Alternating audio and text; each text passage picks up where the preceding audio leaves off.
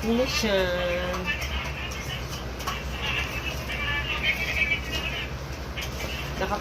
Naka-ano siya, naka-sealed.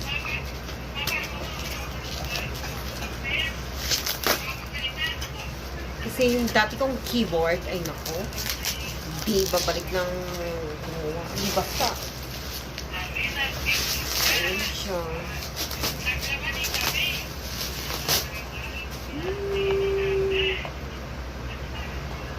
Hala, basa. Ay, ganda. My God, Sin. Ang pinapangarap kong keyboard. Nandito na, guys.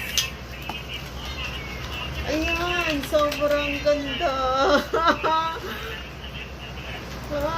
Matagal ko na itong tinitingnan sa online. Yan siya, guys.